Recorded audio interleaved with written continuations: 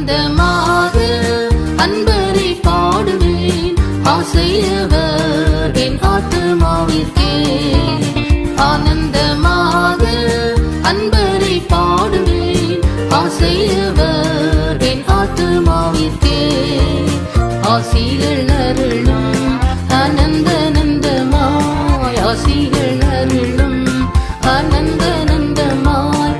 ஆண்டவர் இயேசு போலாரும் இல்லையே, இயேசுவல்லால் இயேசுவல்லால்.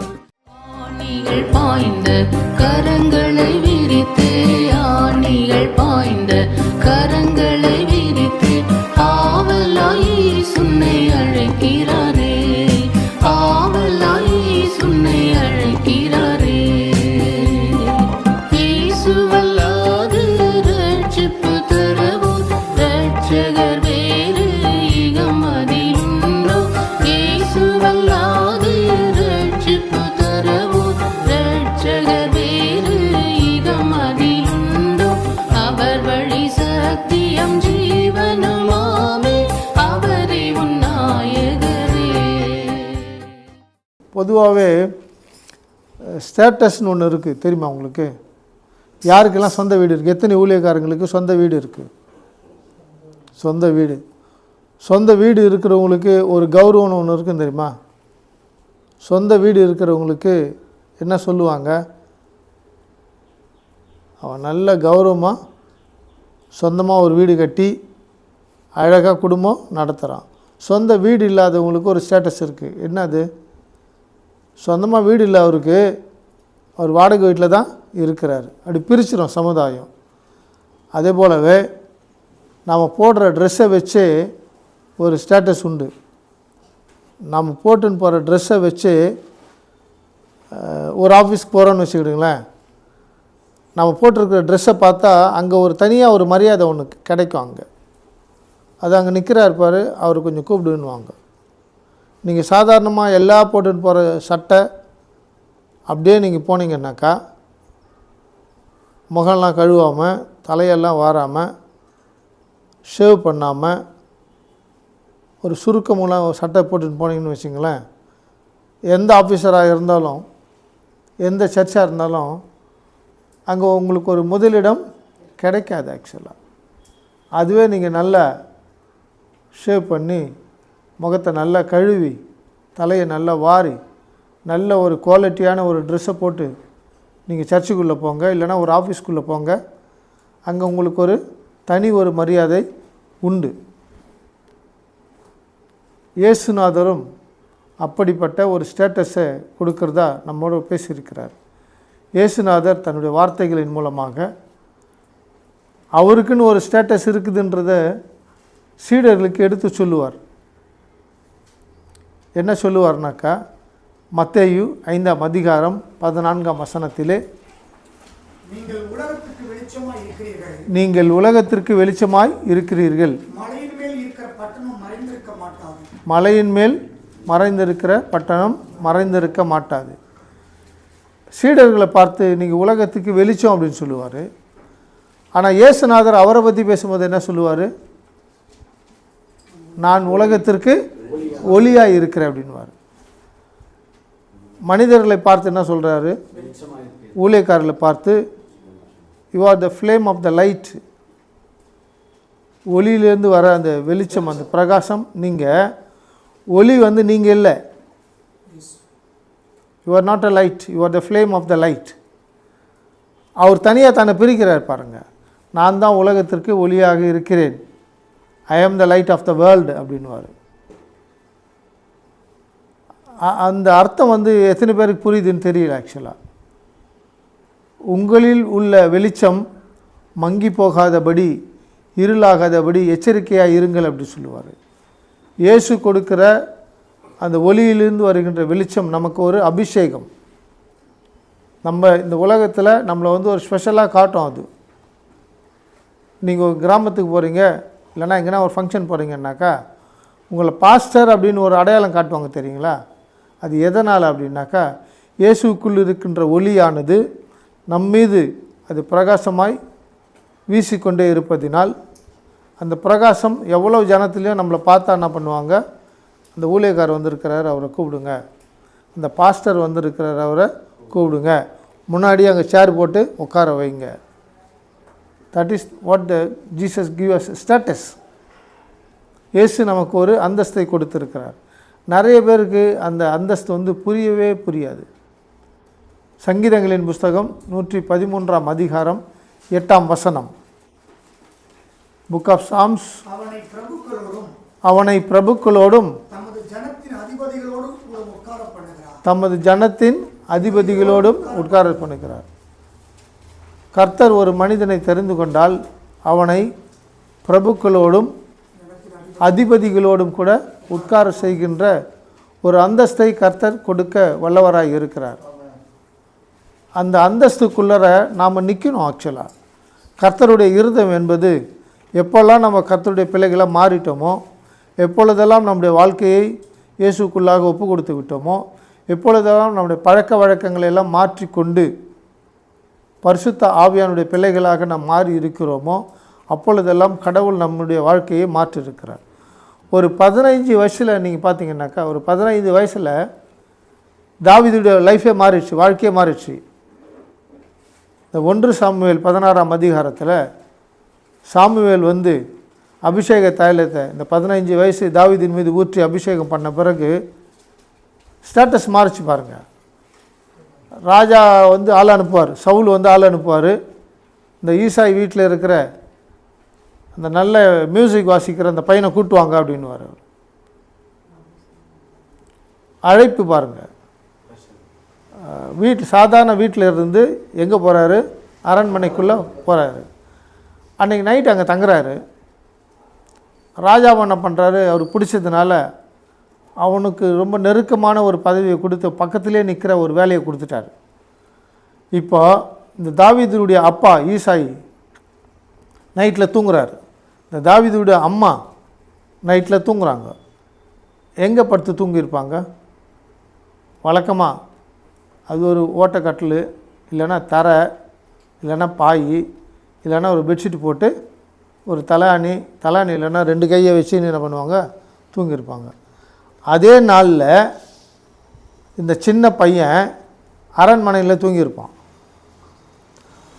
ராஜா கூட இருக்கிற ஒரு ஆளுக்கு தரையில் படுத்து தூங்குற இடத்த கொடுப்பாங்களா? கிழிஞ்ச பாயை கொடுப்பாங்களா? கிழிஞ்ச பெட்ஷீட்டை கொடுப்பாங்களா? அழுக்கு போர்வை தருவாங்களா? கண்டிப்பாக கிடையாது. ஏன்னா ராஜாவினுடைய இருதயத்துக்கு அவன் ரொம்ப பிரியமாயிட்டான். ராஜா அந்த சின்ன பையனாகிய தாவீதை நேசிக்க ஆரம்பித்தான். உடனே அவனுக்கு ஒரு அப்பாயின்மெண்ட்டை கொடுத்து வீட்டுக்கு அனுப்பாமல் என் கூட இறான்ட்டான். நீங்கள் அந்த நைட்டு சாப்பாடு தாவீது அப்பா அவங்க வீட்டில் சாப்பிட்ருப்பார் இல்லையா? தாவீதுடைய அம்மா அவங்க வீட்டில் சாப்பிட்ருப்பாங்க. இந்த தாவீதுடைய கூட பிறந்த சகோதரர்கள்லாம் வேலை செய்கிற இடத்துல சாப்பிட்ருப்பான், இல்லை அவங்க வீட்டில் சாப்பிட்ருப்பாங்க. அவங்க என்ன சாப்பாடு சாப்பிட்ருப்பாங்க? டெய்லி சாப்பிட்ற ஏதோ ஒரு சாம்பார், ஒரு ரசம், அந்த சைடெலாம் ரொட்டி இல்லையா, கோதுமை ரொட்டி. அது நெருப்புலையும் சுடலாம், ஒலிவ எண்ணெயிலையும் சுடலாம், பாமாயிலையும் சுடலாம் இல்லையா? வசதி இல்லாதவங்க நெருப்பில் சுட்டு சாப்பிடுவாங்க. இந்த கொலஸ்ட்ரால் இருக்கிறவங்க நெய் எண்ணெய்லாம் யூஸ் பண்ணக்கூடாது. தாவீதினுடைய குடும்பத்தாருடைய சாப்பாடு என்ன? அன்ன ராத்திரி தாவீது அரண்மனையில் சாப்பிட்ட சாப்பாடு என்ன? The variation of the status இல்லையா, த லைஃப் சேஞ்சிங். ஒரு சின்ன பையனுடைய வாழ்க்கை பாருங்கள், டோட்டலாக கர்த்தர் மாற்றுறாரு. எங்கே அவனுடைய கேரக்டர் பார்த்தாருனாக்கா, ஆடு மேய்ச்சின்னு இருக்கிற ஒரு மலை அடிவாரத்தில் அவனுடைய கேரக்டரை பார்க்குறாரு. சிங்கம் ஒன்று வருது, ஆடை அடித்து ரத்தத்தை குடிக்க போகுது, ஆட்டை அடித்து அப்படியே மாம்சத்தை சாப்பிட போகுது. நான் வேடிக்கை பார்க்க மாட்டேன். எனக்கு என்னுடைய உயிரை விட எங்கள் அப்பா கொடுத்துருக்கிற வேலை, எங்கள் அப்பா கொடுத்துருக்கிற இந்த ஆடுகள் எனக்கு ரொம்ப முக்கியம். அப்பா அடிப்பார் இந்த ஆடு செத்துட்டாக்கா, அது இல்லை. எனக்கு கொடுக்கப்பட்ட இந்த சின்ன வேலையில், எனக்கு கொடுக்கப்பட்டிருக்கிற இந்த பொறுப்பில் நான் உயிர் போனாலும் இந்த ஆடுகளை காப்பாற்றுவேன். He was challenged. He was very stubborn. அவன் சிங்கத்தை பார்த்து பயப்படல. சிங்கத்தினுடைய பலம் என்னான்னு அவனுக்கு ஒரு வேளை தெரியலையா என்னான்னு தெரியல. ஆனால் ஒரு விஷயம் என்னன்னாக்கா, பூரண அன்பு பயத்தை நீக்கும் இல்லையா? பூரண அன்பு பயத்தை நீக்கும். இவன் அப்பா அம்மாவை நேசித்தானோ இல்லையோ, இந்த ஆடுகளை என்ன பண்ணான்? அவன் லவ் பண்ணான். இந்த ஆடுகளின் மீது ஒரு அக்கறை வைத்திருந்தான். he was a good shepherd boy, he was a good caretaker இல்லையா? he was a good protector. 15 வயசில் பாருங்கள், ஒரு 14-15 வயசில் அவனாண்ட இருந்த அந்த quality, the character is very important. அடி சிங்கத்தின் வாயை கிழித்து அதை கொன்று தன்னுடைய ஆடுகளை பாதுகாத்தான். சிங்கத்தின் வாயை கிழிக்கும் போது சிங்கத்தின் வாயில் இருக்கிற பல்லுலாம் என்ன ஆகிருக்கும்? இவன் கையை கிழிச்சிருக்கும். சிங்கத்தினுடைய காலில் இருக்கிற நகம் சும்மா இருக்குமா? அப்படியே அவனை அப்படியே பீறி இருக்கும். அப்போ இங்கே கை, இங்கே உடம்பெல்லாம் காயங்கள் இருக்கும். அதெல்லாம் மைண்ட் பண்ணவே இல்லை பாருங்கள். எப்பொழுதுமே நம்ம வந்து ஒரு விஷயத்தை நம்ம வந்து சவாலோடு கூட எதிர்க்கிறோம் அப்படின்னு சொன்னாக்கா, அந்த சவால்களை செய்து முடிப்பதற்கு, அந்த வேலைகளை செய்து முடிப்பதற்கு நாம் எடுக்கிற தைரியம், நாம் எடுக்கிற முடிவுகள் வெரி வெரி இம்பார்ட்டன்ட். ஒரு விஷயம் அதை கர்த்தர் பார்க்குறாரு, ஆவியானவர் பார்க்குறாரு. என்ன பண்ணிக்கிறான் அவன்? உடம்புல ரத்தம் வருது, சிங்கம் ரொம்ப பலம் உள்ளது, அதுக்கு பேர் காட்டுக்கு ராஜா. காட்டில் இருக்கிற எல்லா பெரிய பெரிய மிருகங்கள்லாம் கூட சிங்கத்தினுடைய குரலை கேட்டால் அப்படியே பயந்து நடுநடுங்கி அப்படி ஓடும். அப்படி ஆக்சுவலாக அது வெள்ளை முயலாக இருக்கட்டும், மான் குட்டியாக இருக்கட்டும், ஆட்டுக்குட்டியாக இருக்கட்டும், கழுகு குஞ்சாக இருக்கட்டும், எல்லாம் என்ன பண்ண சிங்கத்தினுடைய குரலை கேட்டு பயப்படும். ஏன்னா அது பழகி போச்சு காட்டில். இது யாருடைய குரல் என்பது எல்லா மிருகங்களும் நன்றாக அறிந்தது. கர்த்தரின் ஆவியானவர் பார்க்குறாரு. ரெண்டாவது கரடி வருது. சிங்கத்துக்கும் பயப்படாதவன் கரடிக்கு பயப்படுவானா? கரடி வந்து காட்டுக்கு ராஜா கிடையாது. Very simple. அதையே நான் அடித்து சாகடிச்சிட்டேன், இது எனக்கு ஏமாத்துறான். ரெண்டாவது ஃபைட்டுக்கு போகிறான். யாருக்காக போய் ஃபைட் பண்ணுறோன்றது தான் வெரி இம்பார்ட்டன்ட். யாருக்காக கோலியாத்தை நாம் எதிர்த்து நிற்கிறோம்? யாருக்காக துன்மார்க்கரை நாம் எதிர்த்து நிற்கிறோம்? யாருக்காக நாம் வழக்காடுகிறோம்? யாருக்காக, எதற்காக நாம் போராடுகிறோம்? அந்த தெளிவு நமக்கு வேணும். அந்த 14-15 வயசில் தாவீதுக்கு அந்த தெளிவு இருந்தது. எங்கள் அப்பாவுடைய சொத்து அது, என் குடும்பத்தினுடைய சொத்து. எங்கள் குடும்பத்தில் நிறைய பேர் கூட பிறந்தவன் இருக்கிறான். யார் கையில் அந்த பொறுப்பை எங்கள் அப்பா கொடுக்கல, என் கையில் கொடுத்துருக்கிறார். ஐ am the responsible man, I should answer இல்லையா? எங்கள் அப்பா கொடுத்து தான் நான் திருப்பி கொடுக்கணும். அதுதான் கர்த்தர் நமக்கு கொடுத்துருக்கிற ஒரு ஊழியம். கர்த்தர் சில ஆத்துமாக்களை, கொடூரமான மனிதர்களை இல்லையா, கெட்ட எண்ணங்கள் கொண்டவர்களை, பொறாமை கொண்டவர்களை, எரிச்சல் கொண்டவர்களை, நம்மை குற்றப்படுத்துகிறவர்களை கர்த்தர் நம்முடைய சபைக்குள்ளாக கொடுத்திருக்கிறார். அவர்களை நாம் எதிர்ப்பதற்கு அதிகாரங்களை கொடுத்திருக்கிறார். சாதாரணமாக நம்ம வந்து எதிர்க்க முடியாது. சாதாரணமாக ஒரு மனிதனுடைய குணத்தை மாற்ற முடியாது. ஆக்சுவலாக ஒருத்தர் காலையில் 10 முட்டை சாப்பிட்றான்னு வச்சுங்களேன், நீங்கள் 1 முட்டை கொடுத்தீங்கன்னு வச்சுங்களேன், 10 முட்டை கொடுக்குற சர்ச்சுக்கு போய்டுவான் அவன். தெரியுமா உங்களுக்கு? நீங்கள் 100 ரூபா கூலி கொடுக்குறீங்கன்னு வச்சுங்க ஒரு வேலைக்கு, அங்கே 1000 ரூபா கொடுக்குறாங்கன்னு வச்சுங்களேன், எங்கே போவாங்க? இப்போ நார்த் இந்தியாவிலேருந்து சவுத் இந்தியாவுக்கு நிறைய பேர் வந்துட்டாங்க வேலைக்கு. ஏன்?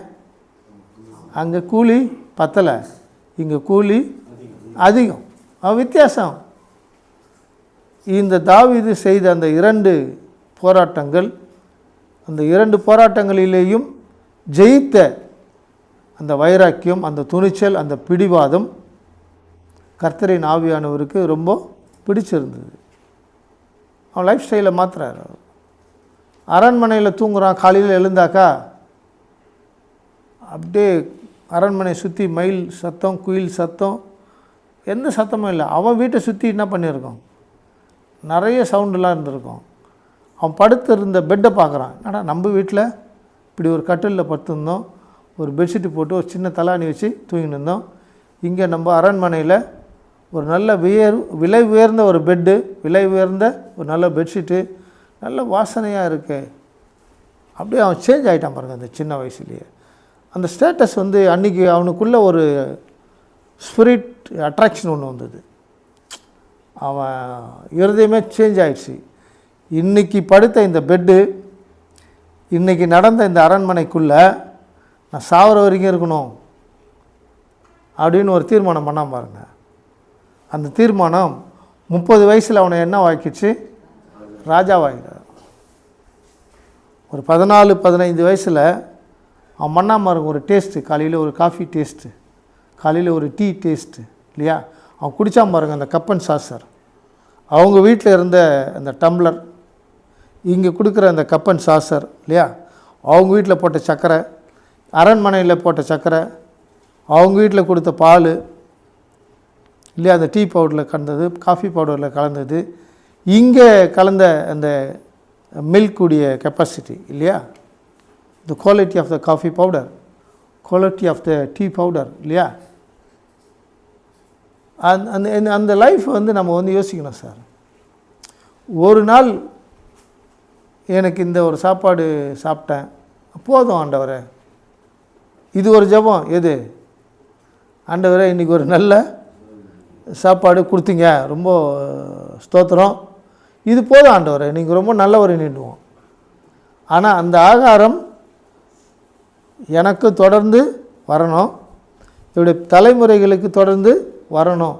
அதை காத்துக்கிற அந்த ஞானம் வந்து அநேக ஊழியக்காரர்களுக்கு கிடையாது, அநேக விசுவாசிகளுக்கு கிடையாது. அது தாவீதுக்குள்ளே இருந்தது.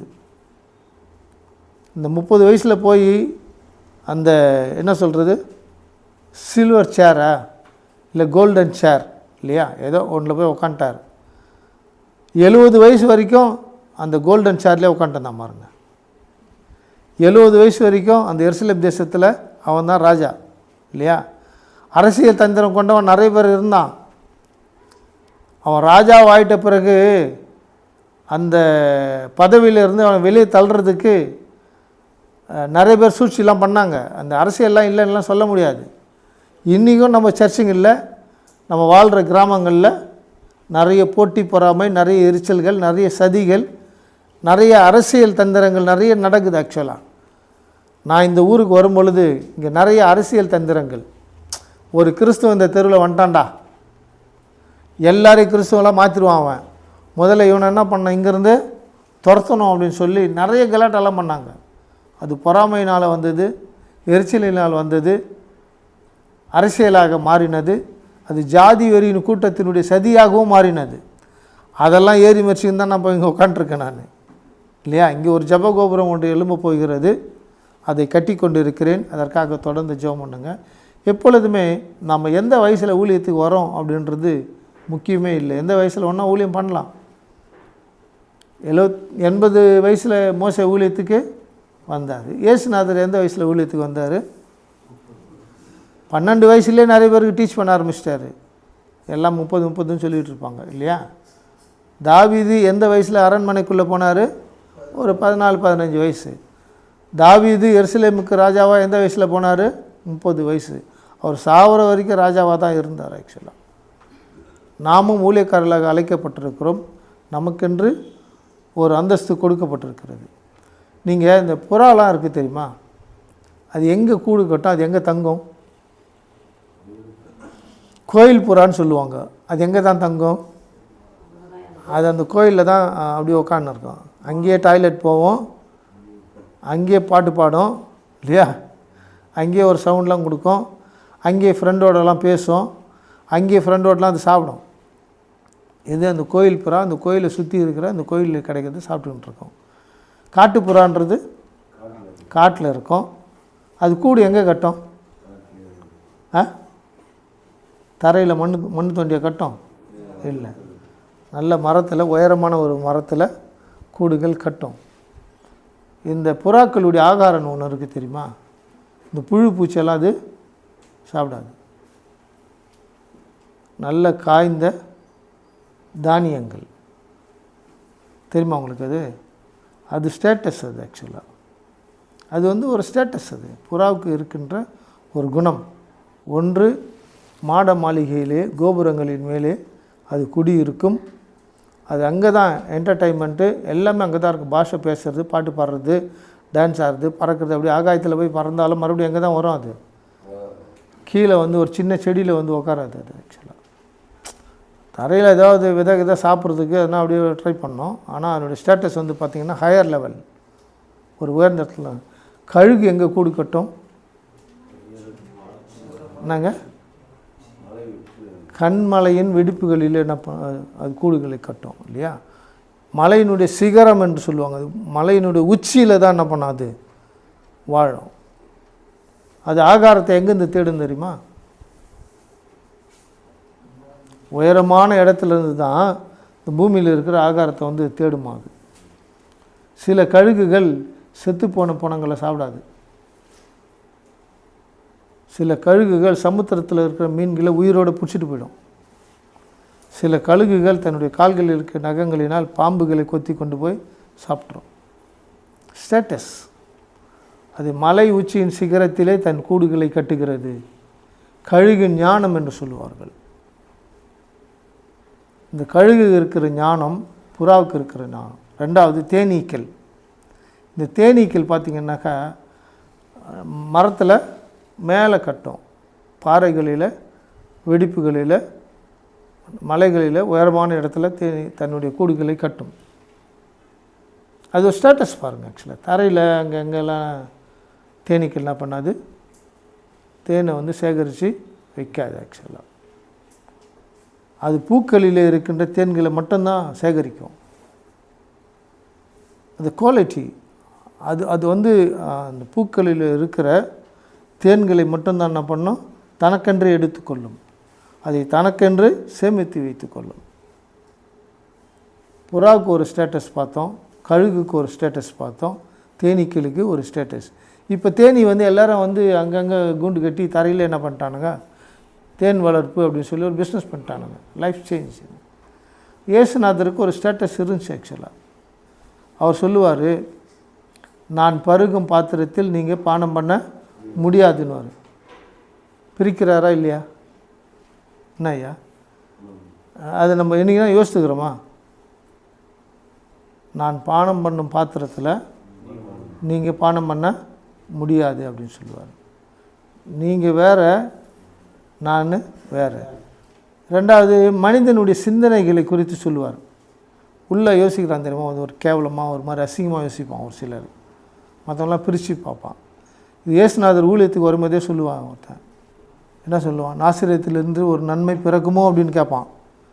நாசிரியத்திலேருந்து ஒரு நன்மை பிறக்குமோ அப்படின்னா ஒரு நல்லா பிரசங்கம் பண்ணும்போது ஒருத்தர் சொல்லுவான், இவன் தச்சனுடைய மகன் அல்லவா, இவங்க அப்பா பேர் யோசப் இல்லையா அப்படின்வான். அந்த ஸ்டேட்டஸ் பேசுகிறான் பாருங்கள். தச்சன் மகன் ஒரு கார்பெண்டருடைய பையனுக்கு எங்கேருந்து இவ்வளோ அறிவு வந்துச்சு? நாசிரத்தில் இருக்கிற அந்த சின்ன கிராமத்தில் இருந்து வந்திருக்கிற இந்த இயேசுவுக்கு மற்றவங்களுக்கு உதவி செய்கின்ற கிருபை இருக்கா, அந்த அந்தஸ்து இருக்கா அப்படின்னு சொல்லிலாம் வேறு பிரித்து பார்த்துட்டாங்க. வாசித்து பார்க்கலாம். யோவான் 8ஆம் அதிகாரம் 21ஆம் வசனம். யோவான் 8ஆம் அதிகாரம் 21ஆம் வசனம். இயேசு அவர்கள் நான் போகிறேன்,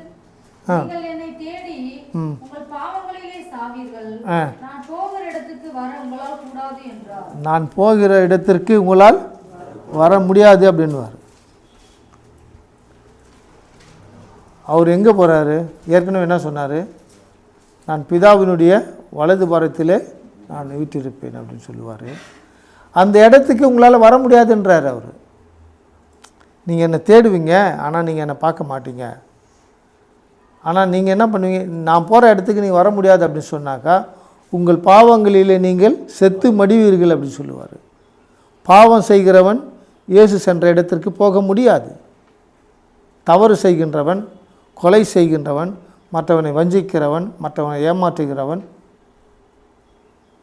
மற்றவர்களை குறை சொல்லுகிறவர்கள், மற்றவர்களை குற்றப்படுத்துகிறவர்கள், பரிசுத்த ஆவியானவருக்கு விரோதமான காரியங்களை செய்கிறவர்கள் இயேசு செல்லுகின்ற இடத்திற்கு செல்ல முடியாது என்பதை பகிரங்கமாக சொல்லுவார். My way is not your way, your way is not my way. என்னுடைய வழி உங்களுடைய வழிகள் அல்ல, உங்கள் வழிகளும் என்னுடைய வழிகளும் அல்ல, வேறு வேறன்ட்டார். உன் லைஃப் வேறு. நீதிமொழிகளின் புஸ்தகம் 27ஆம் அதிகாரம் 8ஆம் வசனம் வாசிங்க. மேத்யூ. தன் கூட்டை விட்டு அலைகிற குருவி எப்படி இருக்கிறதோ, தன் கூட்டை விட்டு அலைகிற குருவி எப்படி இருக்கிறதோ அப்படியே தன் ஸ்தானத்தை விட்டு அலைகிற அப்படியே தன்னுடைய ஸ்தானத்தை விட்டு அலைகிற மனுஷனும் இருக்கிறான். கிறிஸ்துவுக்குள் அன்பான சகோதர சகோதரிகளே, கிறிஸ்துவில் அல்லாதவர்களே, இயேசு கிறிஸ்துடைய கட்டளையின்படி இயேசு சொன்ன வார்த்தைகளை கேட்டு கீழ்ப்படிந்து தன்னுடைய வாழ்க்கையை நடத்தி கொண்டிருக்கிறவர்களே, உங்கள் யாவருக்கும் அடியேனுடைய அறைகூவலை கொண்டு வருகிறேன். எனக்கு கர்த்தர் கொடுத்த ஒரு ஊழியம் என்பது தொழுநோயாளிகள் மத்தியிலே பணி செய்வது. இந்த தொழுநோயாளிகளுடைய காயங்களை கட்டுவது, தொழுநோயாளிகளுடைய புண்களை துடைத்து அதற்கு மருந்து வைத்து பஞ்சு வைத்து பேண்டேஜ் கொண்டு கட்டி அந்த காயங்கள் ஆறும்படியாக கர்த்தரை நோக்கி ஜெபம் பண்ணுவது. இரண்டாவதாக அந்த தொழுநோயாளிகளுக்கு ஆகாரம் கொடுப்பது, அரிசி போன்ற குடும்பத்திற்கு தேவையான அத்தியாவசிய பொருட்களை கொடுப்பது.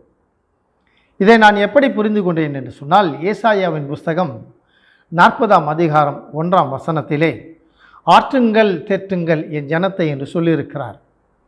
இந்த ஆற்றுங்கள் தேற்றுங்கள் என்று சொல்லப்பட்ட மக்கள் தொழுநோய் கொண்டவர்கள், கைகளிலே விரல்கள் இல்லாதவர்கள், கால்களிலே விரல்கள் இல்லாதவர்கள், பாதங்களில் கீழாக புண்களை கொண்டவர்கள், சரீரத்திலே வெடிப்புகளை கொண்டு கெட்ட நீர்களும் சீழ்களும் சரீரத்திலே வடிந்து கொண்டிருக்கும்.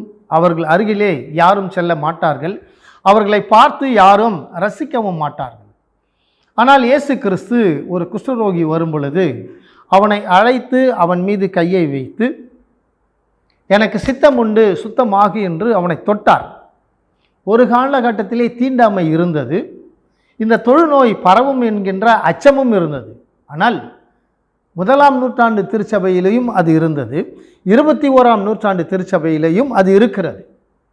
எனவே தான் சபைகளின் வாசல்களிலே, மசூதிகளின் வாசல்களிலே, இந்து ஆலயங்களின் வாசல்களிலே இந்த சரீரத்தினால் பாதிக்கப்பட்டவர்கள் கையேந்தி போகிறவர்களும் வருகிறவர்களையும் பக்திமான்களையும் நீதிமான்களையும் கொடுத்து உதவும்படியாக கேட்டுக்கொண்டிருக்கிறார்கள். இந்த தொலைக்காட்சியின் மூலமாக அடியேனும் உங்களிடத்திலே ஒரு உதவியை கேட்கிறேன். உங்களால் முடிந்தால் நீங்கள் அவர்கள் வாழ்கின்ற இடத்திற்கு சென்று உதவிகளை செய்யுங்கள். கர்த்தர் உங்களை மென்மேலும் ஆசீர்வதிப்பாராக.